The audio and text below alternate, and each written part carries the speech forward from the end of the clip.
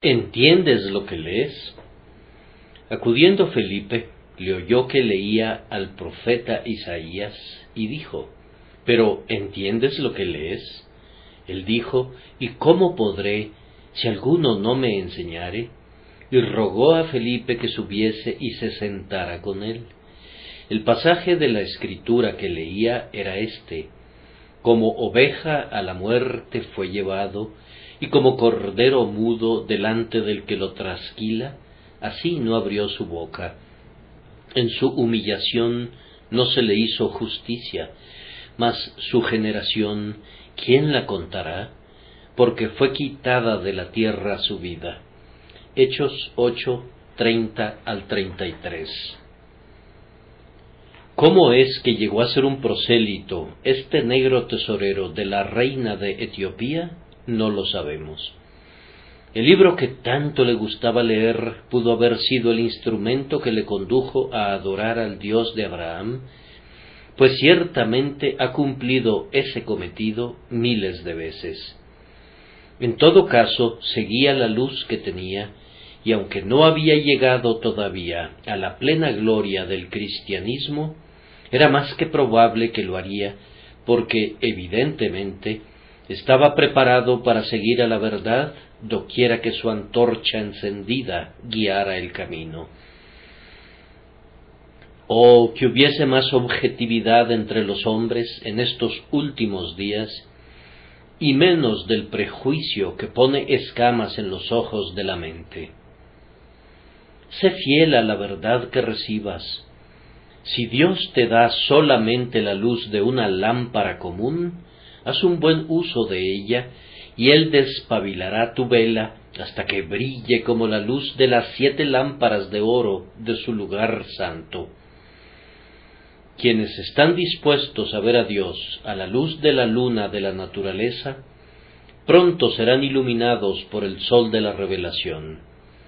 En vez de quejarse por no tener más luz, hagan buen uso de la que tengan. Muchos gimen por sus incapacidades y con todo nunca han utilizado al máximo sus capacidades. Eso es pura hipocresía. Habiéndose convertido en un prosélito de la fe de Israel, el eunuco realizó un largo y azaroso viaje a Jerusalén. Después de haber celebrado la solemne fiesta, iba de regreso a casa y mientras volvía, iba leyendo la palabra de Dios. El libro del profeta Isaías había sido la porción escogida para su meditación. ¿No les llama la atención como algo notable que ya estuviera leyendo en aquel momento el mejor texto que Felipe hubiera podido seleccionar? Había llegado a una porción de la Escritura de la cual, sin la menor digresión, el evangelista le predicó a Jesús como el Cordero inmolado, como el sacrificio voluntario por los hombres culpables. Una conjunción semejante de la providencia y del Espíritu ocurre constantemente en las conversiones. El predicador es a menudo inducido por el Espíritu de Dios a declarar desde el púlpito lo que la persona ha leído en el libro, pues Dios tiene siervos por doquier y les reparte sus órdenes secretas, de manera que todos esos siervos, aunque estén poco conscientes de ello, son conducidos a obrar conjuntamente para el mismo fin predestinado. Con cuánta frecuencia las pláticas de los jóvenes a la vera del camino han sido reproducidas por el predicador, y tales coincidencias singulares han llamado su atención y han sido los medios de compungir sus corazones. Que Dios nos conceda que ocurra algo de esa naturaleza esta noche. Yo sé que ocurrirá. A este salón entró inopinadamente hace años un joven descarriado. Me oyó predicar, creyó en Jesús y desde hace muchos años ha sido un honorable diácono de una iglesia suburbana. ¿No habrá aquí otros varones a quienes pudiera llegarles una salvación semejante? Este eminente noble iba leyendo. Esa es una ocupación loable. La lectura es, en sí misma, una señal en cierto modo esperanzadora. En estos días necesitamos exhortar vigorosamente a nuestros jóvenes a la lectura. Ocúpate en la lectura, decía el sabio apóstol Pablo, y ese era un excelente consejo para Timoteo. Todos los varones cristianos deberían ser lectores. Pero la pregunta de Felipe contiene estas palabras: lo que lees, y eso sugiere una necesaria indagación. Me temo que mucho de lo que hoy se lee sería preferible que se quedara sin ser leído. Multitudes de libros son los frutos de un árbol maldito, el árbol del conocimiento del mal, que es regado por los ríos de la perdición. Los frutos de este árbol de upas no producirán ningún beneficio para las mentes que de él se alimenten, sino más bien un grave daño, ya que pervierten el juicio o contaminan la imaginación. Hay almas que han sido arruinadas para toda la eternidad por leer un libro infame. No consideren que sea algo sin importancia oír un lenguaje perverso, pero consideren que es un mal mucho mayor leer un mal libro que hiere su alma y deja una cicatriz en su conciencia. El escritor de un libro maligno es un envenenador deliberado que secretamente derrama muerte en los pozos donde abrevan los hombres. Los impresores y los editores de tales obras son cómplices del crimen. Jóvenes, ustedes deben leer. ¿Quién de nosotros desearía que no lo hicieran? Pero pongan atención a lo que leen. Como alguien que ha leído más vorazmente que la mayoría de los hombres todo tipo de libros, yo doy mi testimonio de que la mejor de las lecturas es la lectura del mejor de los libros. Entre más leamos la Biblia y esos volúmenes que conducen a su comprensión, será mejor para nosotros. No me gusta ver que en las bibliotecas que ofrecen el servicio de préstamo de libros a domicilio, las obras de ficción necesitan ser reencuadernadas hasta 2 o 3 veces, mientras que los libros de escuetos hechos y de sólida enseñanza, y las obras que hablan de las cosas eternas, no han sido leídos nunca, puesto que ni siquiera les han cortado las páginas que vienen pegadas. Me temo que esta es la regla general, si no es que la regla universal. ¿Entiendes lo que lees? Es una pregunta que yo difícilmente haría mientras un hombre no haya decidido que no leerá mera basura y falsedad, sino que leerá con profunda atención lo que es fiel, verdadero, piadoso y ennoblecedor. Lean, pongan atención a lo que lean, y luego traten de entender lo que lean. La pregunta que Felipe le hizo a este caballero era muy incisiva. Aprovechó de manera honesta y audaz una rara oportunidad para alcanzar a uno de los miembros de la clase social más alta. Se nos hace tolerablemente fácil hacerle preguntas a un hombre que es pobre, pero ¿cómo abordaremos a los ricos? Disponemos de sermones para las clases obreras, pero sería algo justo y útil contar con sermones para la Cámara de los Lores y con discursos evangelísticos para la Cámara de los Comunes. Hay peores pecadores en cualquier otra parte que los que pudieran encontrarse en esas 2 cámaras. Los ricos no son ni mejores ni peores que los pobres. Las diversas clases albergan a malas y buenas personas en su interior, más o menos en la misma proporción.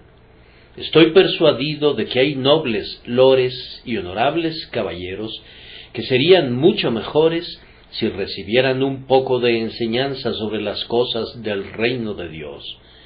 Por ejemplo, a muchos de ellos les haría bien oír un sermón sencillo acerca de «Os es necesario nacer de nuevo». ¿A qué se debe que somos tan propensos a hablar claramente con los obreros y no con sus patronos? Yo admiro a Felipe por su franqueza con el tesorero real. Este caballero posee un carro. Miren su séquito y su espléndida pompa. Es un personaje muy importante y sin embargo Felipe, quien no es nadie en especial, sino sólo un pobre predicador de la palabra, se aproxima rápidamente al carro y le pregunta solemnemente: ¿entiendes lo que lees? Jóvenes, no se irriten nunca cuando un siervo de Cristo les haga algunas sencillas preguntas, o de lo contrario, no serían tan nobles como este tesorero etíope, y jóvenes, si conocen al Señor, no se avergüencen de hacer preguntas importantes a otras personas. Unas intrépidas preguntas a menudo ofenden menos que las expresiones más políticas e indirectas que la timidez sugiere. Me temo que el mundo raras veces puede acusar a la Iglesia de ser demasiado violenta en sus llamados. Miren lo que los impíos querrían hacernos. ¿Dónde se puede vivir en alguna calle de Londres, especialmente en esta parte de la ciudad, sin que la noche se vuelva espantosa con sus ruidosos cantos y sus gritos licenciosos? Ellos nos imponen su religión. A cambio de eso, ¿no podemos introducir nuestra religión? Si abordamos directamente a un hombre y le hablamos en el nombre de Cristo, tal vez nos diga: usted está estorbando. Bien, nosotros no somos los únicos que estorbamos, pues muchos nos estorban con sus inmundas lenguas cuando andamos en las calles y fuerzan su infidelidad en nosotros en los rotativos diarios. El mundo establece la moda y si seguimos sus costumbres no tiene ningún derecho a quejarse. Cuando los malvados se vuelvan tan delicados que sientan temor de herir nuestros sentimientos con sus incrédulos discursos, podríamos considerar cómo podemos proceder con igual delicadeza. Mientras tanto, ¿hay algo que un hombre de Dios no tenga el derecho de decir si fuese la verdad y si tuviese por ferviente objetivo la salvación de sus semejantes? Esta era la pregunta: ¿entiendes lo que lees? Ah, hermanos míos, ustedes y yo tenemos la necesidad de entender la Biblia. Voy a suponer que ustedes la leen. Permítanme creer que no estoy equivocado, pero cuando la lean, por sobre todas las cosas, esfuércense por entenderla. El libro se escribió para que se entendiera. Es un libro que nos habla de nuestras vidas, pues el alma es la verdadera vida, y acerca de la bienaventuranza eterna y la manera de obtenerla. Tiene que haber sido escrito para que se entendiera, pues sería una burla que Dios nos diera una revelación que no pudiéramos comprender. La Biblia tiene el propósito de que se entienda y es de provecho en la medida en que comprendemos su significado. Las meras palabras de la Escritura que pasan por los oídos o delante de los ojos no nos pueden hacer mucho bien. Con relación a una gran doctrina que yo sostengo que la Escritura enseña claramente, una vez oí decir a una persona que ella había leído de rodillas la Biblia de principio a fin, creo que dijo 6 veces, pero que no podía encontrar esa doctrina. Yo le respondí: hermano, esa es una posición incómoda para leer la Biblia. Yo me hubiera sentado en una silla y habría estudiado la página en una postura natural y cómoda. Además, no hubiera galopado a través de ella al paso que tú debes de haber corrido a lo largo de los capítulos. Yo hubiera leído solamente un poco y habría tratado de entenderlo. ¿Entiendes lo que lees? Esa es la pregunta. Yo leo un capítulo cada mañana, declara alguien. Muy bien, sigue haciéndolo, pero ¿entiendes lo que lees? Bien, yo aprendo el texto del día. Sí, pero ¿entiendes lo que lees? Eso es lo primordial. Las mariposas vuelan en el jardín, pero nada resulta de su fugaz aleteo. Pero mira cómo se zambullen las abejas en el cáliz de las flores, y cómo salen con sus patitas cargadas de polen y con sus estómagos llenos de la más dulce miel para sus panales. Esa es la manera de leer la Biblia. Es preciso meterse en las flores de la Escritura, zambullirse en el significado íntimo y chupar esa secreta dulzura que el Señor ha puesto allí para nuestra nutrición espiritual. Un libro razonado requiere y merece una lectura detenida. Si le ha tomado al autor un largo tiempo escribirlo, y si lo ha escrito después de mucha meditación, su obra amerita una lectura cuidadosa. Si los pensamientos humanos merecen eso, ¿qué diré de los supremos pensamientos de Dios que escribió para nosotros en este libro? Inclinémonos ante el libro, pidamos una mayor capacidad, pero usemos la capacidad que ya tenemos para llegar hasta lo más íntimo del alma de la palabra de Dios, para que podamos entenderla y alimentarnos de ella. Es posible entender la Biblia, se los aseguro. No diré que cualquier persona aquí presente la entienda toda. Yo no creo que haya ningún hombre con vida que lo haga. Yo mismo no podría creer en la Biblia si la entendiera por completo, pues entonces imaginaría que provino de alguien que es mi igual, y no de esa supremamente creadora, cuyos pensamientos son más altos que nuestros pensamientos, así como son más altos los cielos que la tierra. Todo lo que es recto, todo lo que es fundamental, todo lo que es esencial para el eterno bien de nuestras almas, puede entenderse con la ayuda de Dios si deseamos entenderlo. Digieran la palabra, se lo suplico, estén preparados para responder a esta pregunta. ¿Entiendes lo que lees? Deseando recalcar este asunto, voy a hablar más bien brevemente sobre 3 preguntas. La primera es, ¿qué es lo más esencial que debemos entender de este libro? La segunda es, ¿cuál es la prueba de que un hombre lo ha entendido? Y por último, ¿qué puede hacerse para obtener ese entendimiento tan deseable? Entonces, ¿qué es lo más importante que debemos entender de este libro? Yo creo, en verdad, que se encuentra en el pasaje que el eunuco iba leyendo. Es un pasaje muy singular. Una sección de la Biblia comienza en Isaías 53 y continúa a lo largo de varios capítulos. Voy a leerles 1 o 2 versículos de esa parte que el eunuco habría leído a continuación si hubiese continuado escudriñando las palabras del profeta. Ya había leído este texto: todos nosotros nos descarriamos como ovejas, cada cual se apartó por su camino, mas Jehová cargó en él el pecado de todos nosotros. Allí había algo para él, pues se había descarriado y estaba consciente de su estado perdido.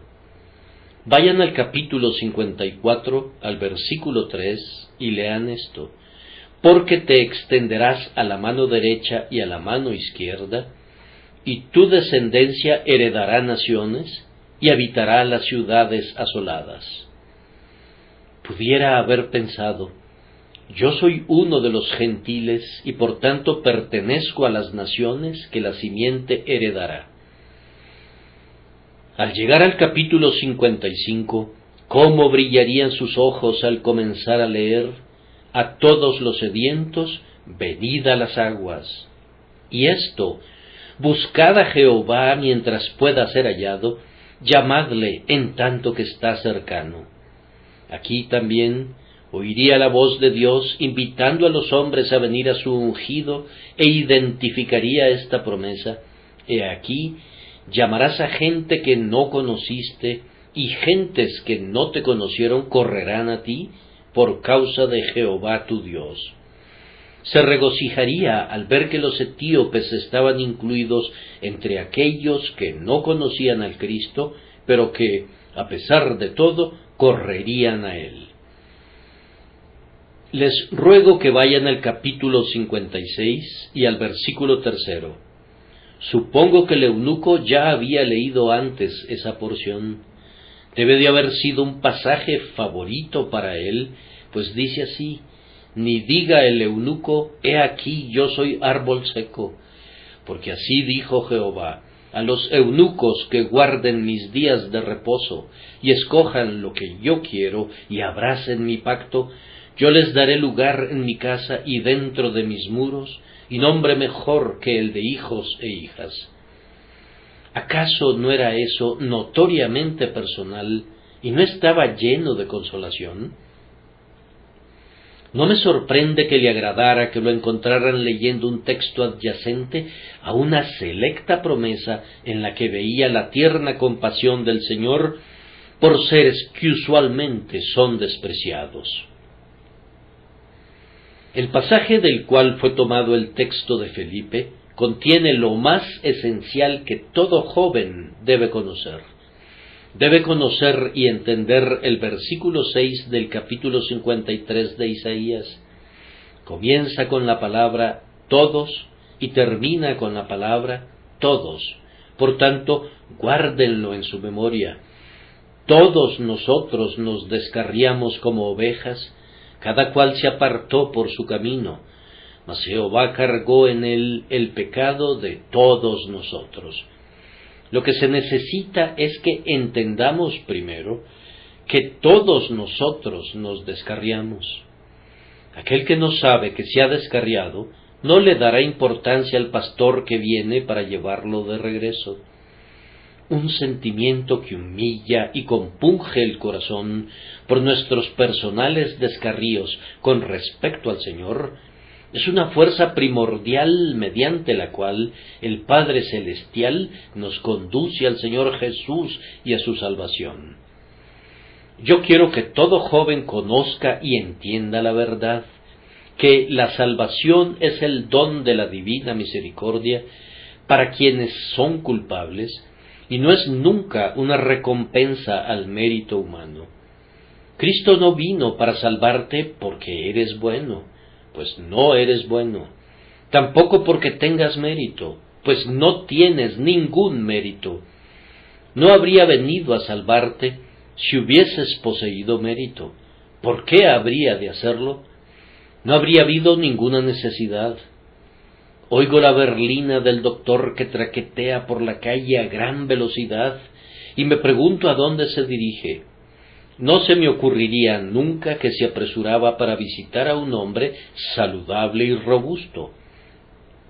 Estoy persuadido de que va velozmente para ver a alguien que está muy enfermo, tal vez alguien que se encuentra en el trance de la muerte, pues de otra manera no iría tan rápido. Sucede exactamente lo mismo con Jesucristo, cuando va con prisa en alas del viento para rescatar a un hijo de hombre.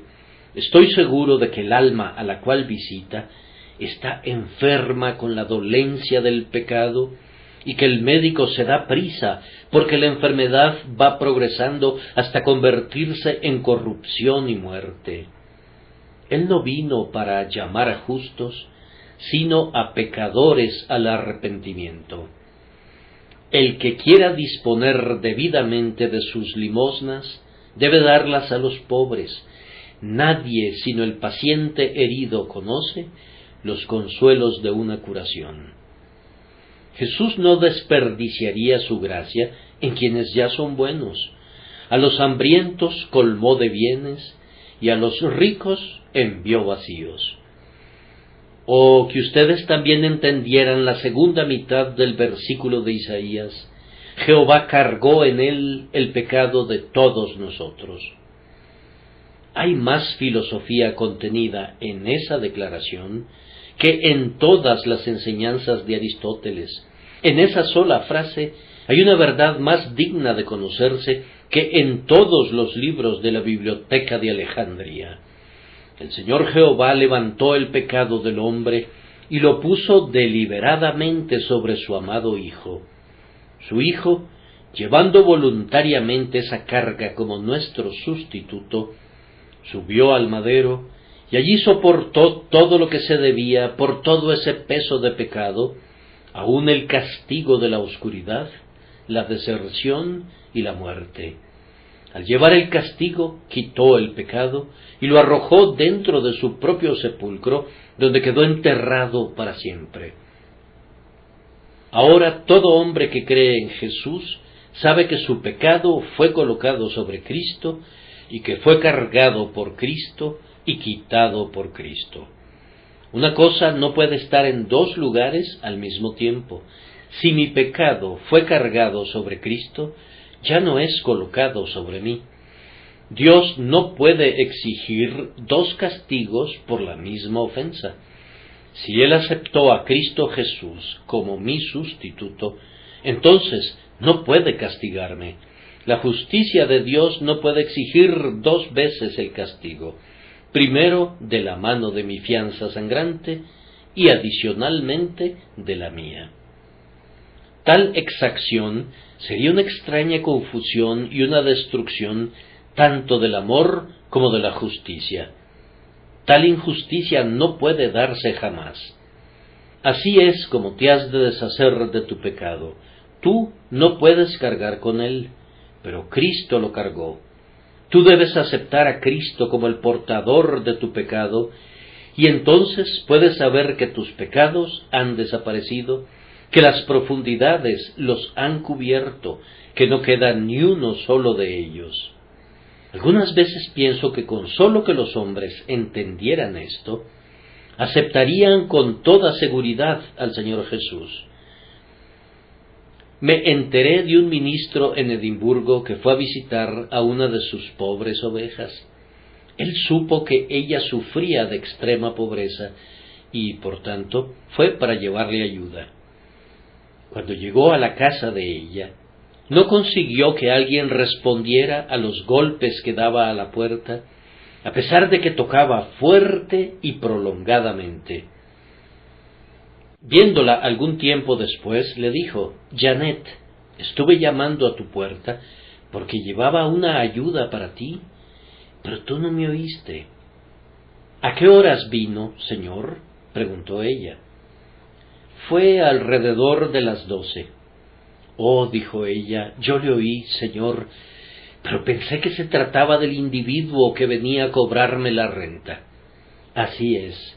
Los hombres oyen los llamados de Cristo, pero se hacen los sordos deliberadamente porque creen que Él quiere que hagan algo, pero Él no quiere nada de ustedes, solo quiere que reciban lo que Él ya hizo. Viene cargado de misericordia, con sus manos repletas de bendición, y toca a su puerta. Solo tienen que abrirla y Él entrará, y la salvación entrará con Él. Digan: «Entra, viajero desconocido. ¿Qué tienes en tus manos? Alegremente acepto lo que traes». ¿No cambiará su forma de pensar algún joven aquí presente que haya pensado que la religión es una dura exacción, ahora que entiende que es una abundantísima bendición? La salvación es un don gratuito de Dios. El que quiera, tome del agua de la vida gratuitamente. El Salvador descarga al hombre de su pecado, y Él mismo lo carga, y entonces termina con ese pecado de una vez por todas, por su muerte en la cruz. Oh, oigan esto todos los que son culpables. Hay plena salvación que es ofrecida a ustedes en la palabra de Dios, salvación de toda suerte de mal. Se les ayudará a vencer toda pasión maligna, a conquistar todo mal hábito, a ser dueños de sus propias mentes y señores de sus propios espíritus.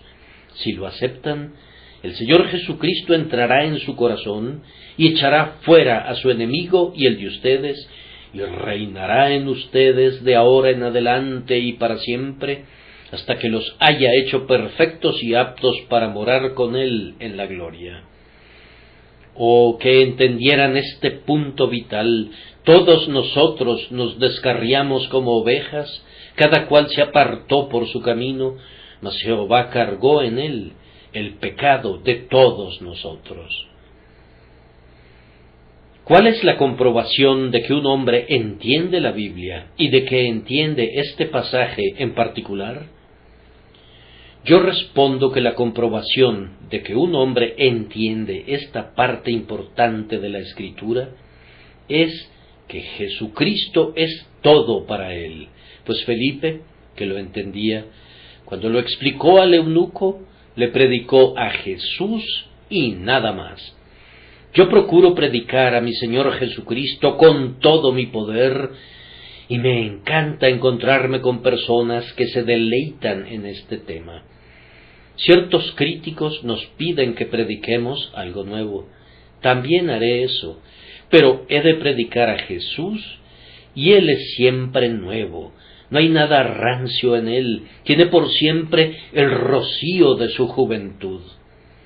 Pudiera decirse, pero continuamente salen nuevas doctrinas. Sí, pero se vuelven rancias en un mes. Son una pobre versión del material de Covent Garden que tiene que sacarse en una carretilla rápidamente, pues de lo contrario se deteriora. He vivido para ver una veintena o más de tipos de teología moderna. Todos ellos van y vienen, pero Jesucristo es el mismo ayer y hoy y por los siglos. Si tienen a Jesucristo, lo tienen todo. El límite superior, el límite inferior y también la parte central. Tengan a Cristo y nada más que a Cristo. No estarán a buen resguardo si descansan sin estar asidos firmemente a Jesús, el divino Salvador.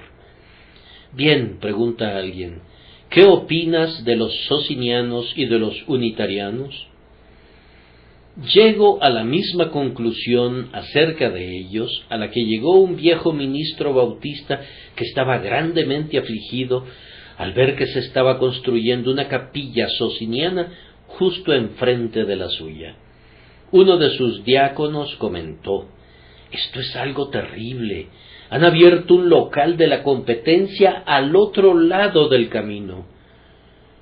«Yo no la llamo competencia en absoluto», dijo el ministro. El diácono exclamó, «Vamos, son unitarianos. Ellos no predican la deidad de Cristo». El anciano le respondió, «Si tú tuvieras una panadería y alguien más pusiera una ferretería enfrente, eso no sería competencia, pues estaría en otra línea de negocios. Los que no predican la deidad de Cristo están en otra línea de negocios completamente diferente. Si necesitas algo de la ferretería, vas con ellos. Pero si necesitas el pan del cielo, tienes que mirar al Señor Jesús, el Hijo del Altísimo». Entonces, si quieres entender la Escritura, haz la prueba con esto. ¿Es Jesucristo todo para ti? No puedes estar bien en todo lo demás a menos que pienses correctamente de Él. Entiendes bien la Escritura si conviertes al Señor Jesucristo en tu todo, si crees en Él con todo tu corazón y luego te entregas a Él de la manera que lo pide. Cuando cree en Jesús, todo joven debe entregarse a Él en alma y corazón para siempre. Ese joven vale lo que pesa en oro, pues es C y C. Así habló cierta persona, y cuando le preguntaron qué quiso decir, respondió, cabal y completamente por Jesucristo. Un varón de esos es valioso en estos días, sí, precioso como el oro de Ofir. Jesús estaba cabal y completamente a favor nuestro. Él nos amó y se entregó a sí mismo por nosotros, por lo que no debería haber ninguna tibieza en nuestros tratos con Él. Si hemos leído la Escritura correctamente, No hemos recibido el tipo de cristianismo que nos santifica en el día domingo, pero que nos permite ser deshonestos a lo largo de la semana. Los verdaderos santos tienen una religión que se ha metido en su propia sangre, cambiando su naturaleza e impregnando todo su ser, de manera que es parte y porción de ellos mismos. El cristianismo práctico es el único cristianismo real. Si su religión puede hacerse a un lado, yo les aconsejaría que se deshagan de ella, pues un cristiano verdadero no podría hacer a un lado a su piedad, como tampoco podría desatornillar su cabeza. Me cae bien este eunuco porque propuso ser bautizado. No se le aconsejó hacerlo, sino que él mismo lo propuso y se entregó a su Señor y Maestro para cumplir de inmediato con el mandato del Señor, habiendo provisto la providencia de Dios el agua para que cumpliera en el acto el ordenamiento de su Maestro. Joven amigo, sea cual sea la manera en que la Escritura te ordena que te dediques a Dios, pon manos a la obra y hazlo de inmediato. Averigua cuál es la manera bíblica y luego síguela sin demora, rindiéndote enteramente al Señor. No habrías leído las Escrituras con entendimiento si no lo hicieras. Lo siguiente es que si has leído las Escrituras con un claro entendimiento, te han alegrado, pues este eunuco siguió gozoso su camino. El hombre que se pone de pie después de su lectura de la Biblia y dice: yo soy un creyente en Jesús, cuán solemne es esto, y luego sale con la piadosa resolución de que en la medida que pueda hará que todo el mundo sea desdichado a lo largo de todo el día, necesita convertirse de nuevo. La fe de las Escrituras lleva de la mano al gozo y ahuyenta a la desesperación. Cuando llega la verdadera religión, su tendencia es hacer que nos regocijemos en el Señor siempre, y si no estamos tan felices como deberíamos estarlo, esa no es culpa de nuestra fe, sino de nuestra incredulidad. Donde fe planta su pie, brotan hermosas flores del paraíso, pero donde permanece la duda, crecen abrojos. Nuestra indigestión o alguna otra dolencia podría deprimirnos, pero la fe debería hacer que nuestros cantos abunden mientras viajamos a través del desierto. Gozos inefables pueden ser nuestros antes de que lleguemos a los campos celestiales o caminemos en las calles de oro. No habrían leído su Biblia como para entenderla plenamente, a menos que hayan aprendido a ser felices gracias a un dulce reposo en Jesús. Yo pienso que no han entendido la Biblia a menos que los induzca a preocuparse por la salvación de otros, pues no me cabe la menor duda de que cuando este noble etíope llegó a casa, propagó el Evangelio por toda su tierra natal. Él fue, probablemente, el fundador de la iglesia en Abisinia. Cualquier joven que lea debidamente este libro se vuelve un joven de gran corazón. No puede retener a su alma dentro de los estrechos límites de sus costillas, sino que su gran corazón escudriña para ver dónde puede esparcir beneficios. Si tú puedes dejar que otra persona se condene sin que hagas ningún esfuerzo por evitarlo, me temo que ese será tu propio fin. Si tú puedes quedarte tranquilo cuando crees que tu hermano está al borde de la ruina eterna, me temo que tú mismo estás al borde de la ruina. Uno de los santos instintos que nace en un hombre regenerado es el anhelo de salvar a otros. Habiendo sido salvados, deseamos cooperar con el Salvador en su misericordiosa obra. Un entusiasmo misionero es el resultado natural de una clara percepción del verdadero estado de las cosas en referencia al mundo que yace bajo el maligno. Los paganos mueren sin esperanza. ¿Habrá de ser siempre así? ¿No rescatará ningún joven a los que perecen? Te pregunto desde lo más profundo de mi alma, ¿no clamarás, heme aquí, envíame a mí? ¿Has leído este libro de manera que lo entiendes? Si tu mensaje para otros es lo que el mensaje fue para ti, Cristo, Cristo, Cristo, Cristo. No tienes otra cosa que usar como instrumento para hacer el bien, excepto la salvación por medio de Jesús, y no hay otra cosa que valga la pena decir. El otro día me enteré de una congregación que era tan pequeña que casi nadie asistía para oír al predicador. En vez de echarse la culpa y de predicar mejor, el ministro dijo que pensaba que no estaba haciendo mucho bien por medio de los sermones y las reuniones de oración, y que por tanto fundaría un club, y si las personas entraban y jugaban a las damas, eso podría hacerles bien. ¿Cuántas cosas como esas están siendo probadas ahora? Vamos a convertir almas con un nuevo sistema, ¿no es cierto? ¿Vamos a tener también un sustituto del pan? ¿Vamos a tener una bebida más sana que el agua pura? Como no podemos salvar a los hombres por la fe en Jesucristo, entonces parece que vamos a probar nuevos trucos que son el producto de nuestra invención. Segaremos pequeñas y escasas gavillas de esas miserables semillas. Si puedes hacer el bien de cualquier manera, haz el bien de cualquier manera, pero esperar llevar alguna vez a los pecadores a la santidad y al cielo, mediante cualquier otra enseñanza, excepto aquella que comienza y termina en Jesucristo, es un puro engaño. No hay otro nombre dado a los hombres en que puedan ser salvos. Si tienen que tratar con personas altamente instruidas y educadas, nada es mejor para ellas que predicarles a Jesucristo.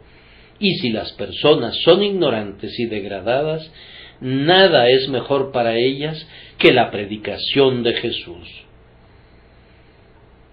Un joven le dijo a otro joven el otro día: voy a ir a predicar a tal y tal lugar. ¿Qué clase de personas hay allí?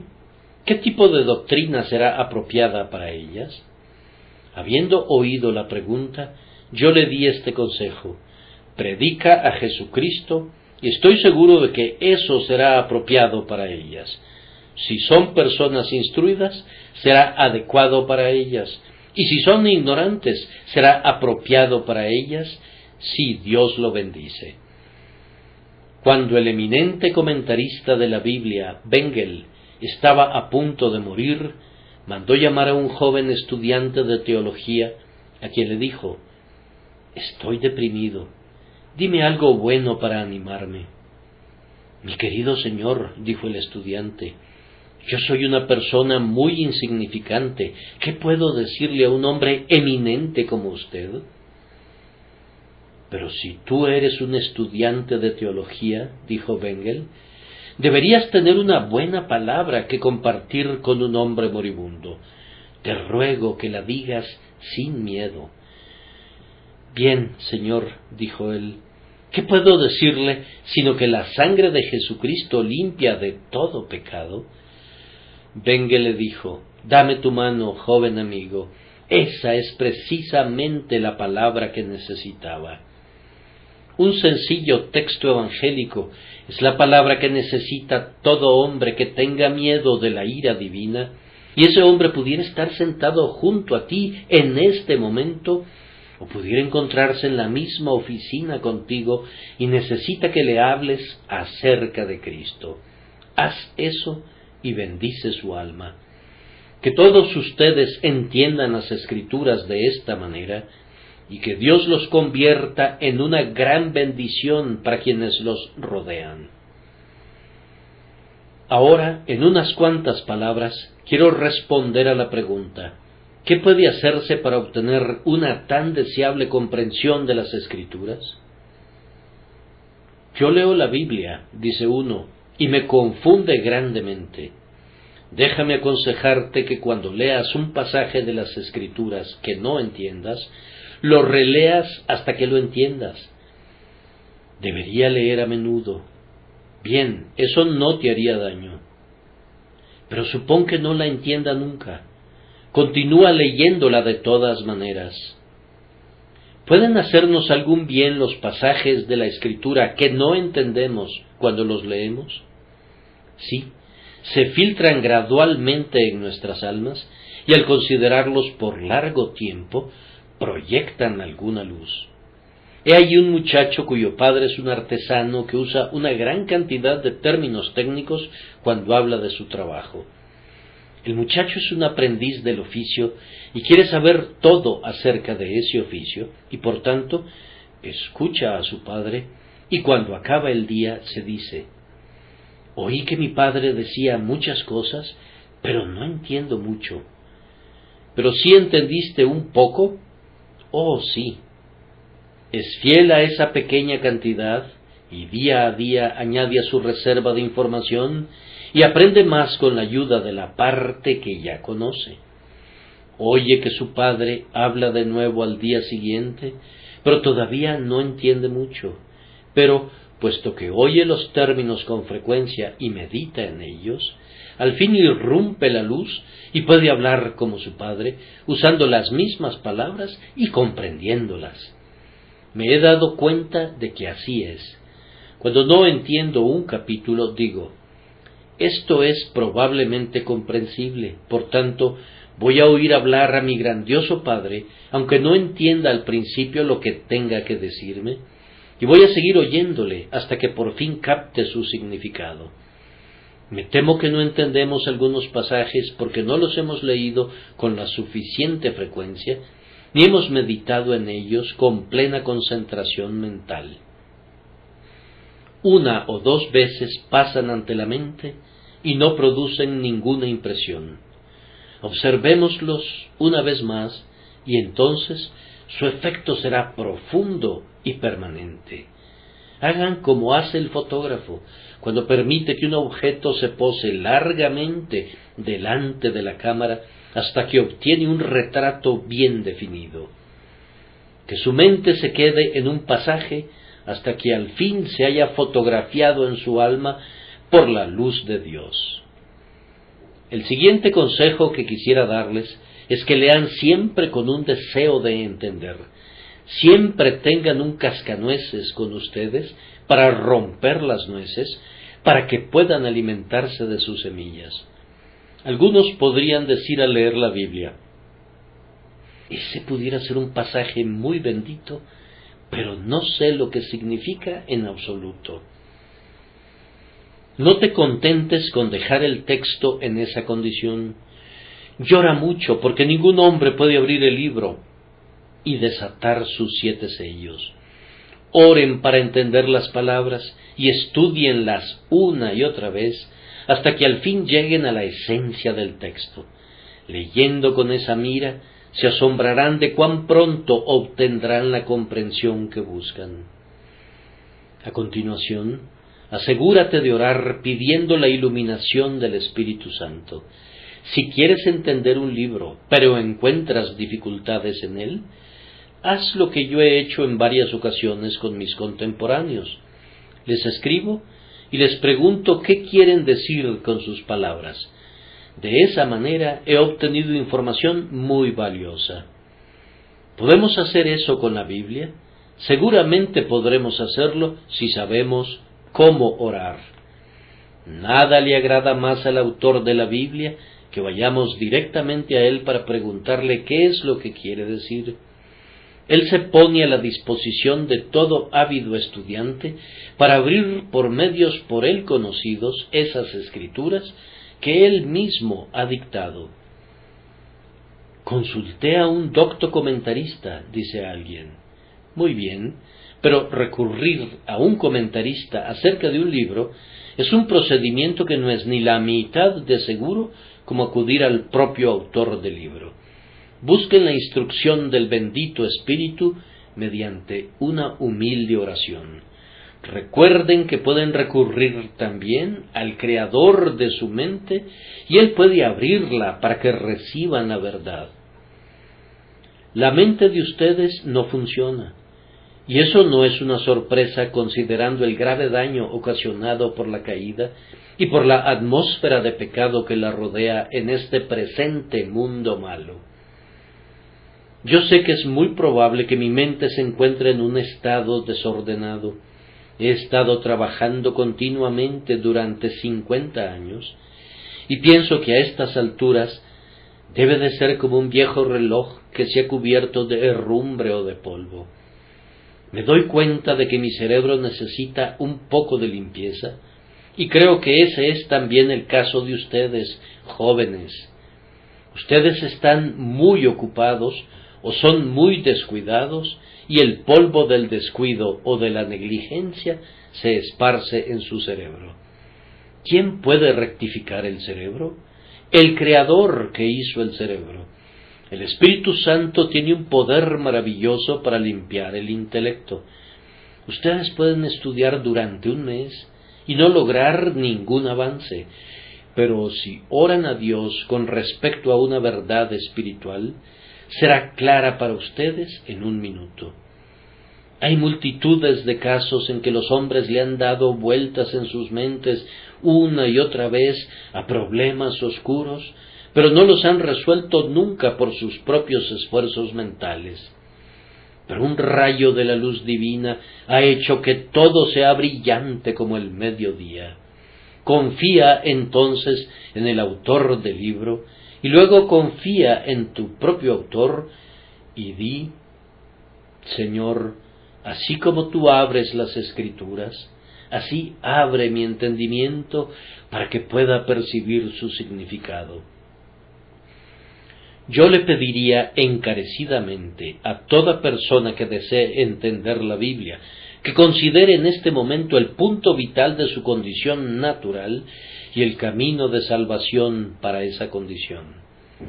Tú estás perdido, querido amigo. Si tú eres un inconverso, todavía estás perdido y no te puedes salvar a ti mismo. Es imposible que lo hagas.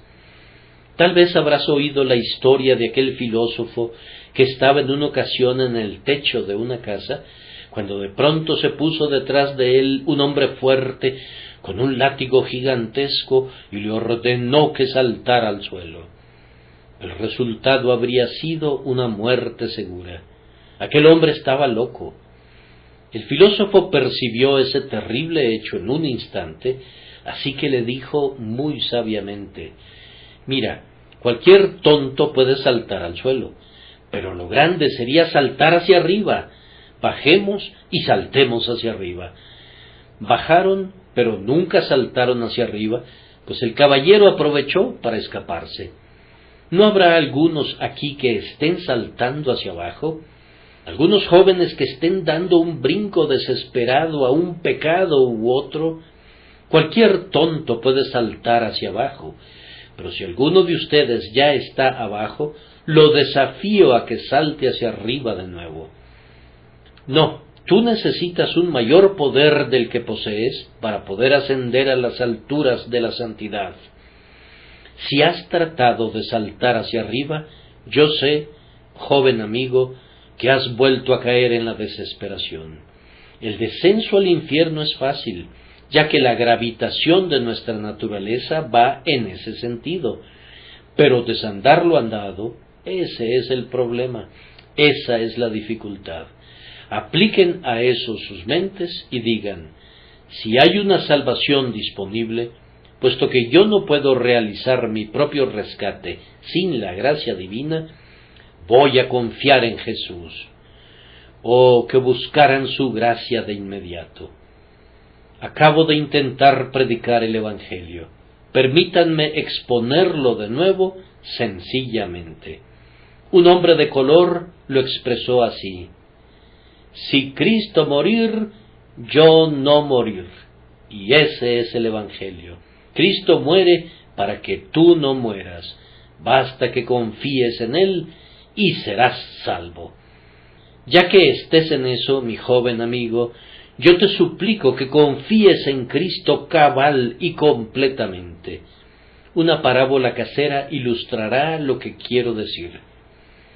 Se cuenta que un padre tenía que caminar una noche al borde de un precipicio escarpado y muy resbaloso. Sus 2 hijos pequeños iban con él, y cuando comenzó a caminar, uno de los hijos le dijo: «Padre, voy a sujetar tu mano». Así lo hizo, y parecía que fue muy sabio por hacerlo. El otro hijo le dijo: «Padre, sujeta mi mano». Y según se dieron las cosas, esa fue una acción mucho más prudente, pues el primer muchacho sujetó la mano de su padre hasta que se cansó, y cuando estaban en un lugar muy espantoso, dejó de sujetarse y se fue abajo.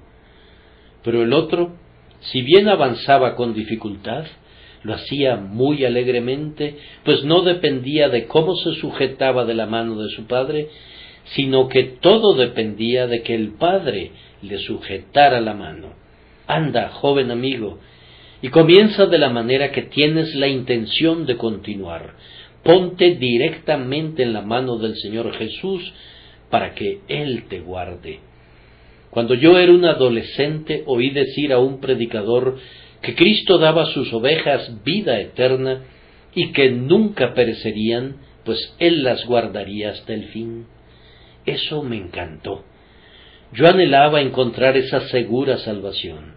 Pensé para mí: yo conozco a Santiago tal y a Tomás tal y tal, que se fueron a Londres y que eran aproximadamente 1 año mayores que yo, y ellos, después de una media docena de años, se adentraron tanto en el vicio como les fue posible. Cuando estaban en la escuela eran mejores muchachos que yo, y sin embargo se inclinaron al mal.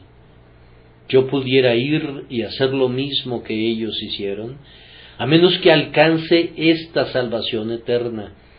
Yo pudiera perder mi condición o pudiera ser encontrado despilfarrando o algo por el estilo, pues tengo un corazón tan malo como el de ellos. Yo miraba a la salvación como un seguro espiritual que garantizaría mi carácter. Así que probé la promesa, y ahora, a la edad de 50 años, me pongo bajo el cuidado del Señor Jesús, igual que lo hice a los 15 años. Él me ha guardado hasta este día, y yo creo que no me dejará ir nunca, sin importar cuánto tiempo viva. Oh joven amigo, sujétate plenamente y fervientemente a esa amado mano perforada. Tu lema debe ser: solo Jesús. Si confías en Cristo un poquito y en ti otro poquito, entonces, como el hombre que pone un pie sobre la roca y el otro sobre arenas movedizas, pronto te hundirás. Confía únicamente en Él y Él te sujetará firmemente. Si Jesús no me salva, estaré perdido, pues no puedo salvarme a mí mismo. Su oficio es salvarme, pues por nombre y por oficio Él es Jesús el Salvador, y yo reposo muy felizmente en Él. Cuando nos reunamos en el cielo, alabaremos al Señor por hacernos entender lo que leemos. Que Dios los bendiga a todos por Cristo nuestro Señor. Amén.